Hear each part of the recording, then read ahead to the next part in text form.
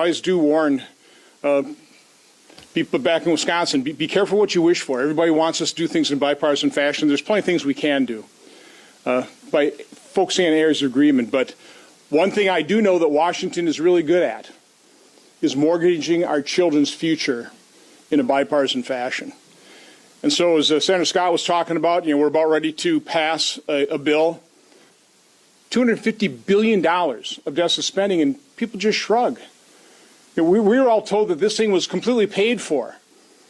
Oops, not quite, but don't worry about the details. It's only $250 billion. We did the same thing with the China bill, another $250 billion. This budget plan is being billed as $3.5 trillion, but a pretty reputable outside group has said, no, it's going to be more like $5 and $5.5 trillion. And again, let me just quick explain how that happens. They're not being honest with you. Isn't that a shock here in the swamp? I'm just sitting here shocked that so few Americans and very few people here in Washington, D.C. are shocked at what the Democrats are proposing here.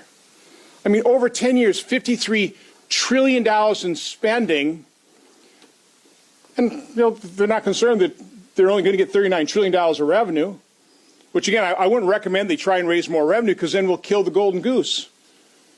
You tax success, you can get less of it.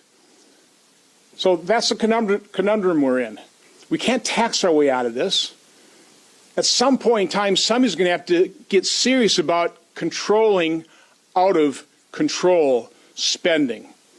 But unfortunately, on a bipartisan basis, we haven't got serious about that. We better quite soon if we want to have any future with prosperity and opportunities available to our children.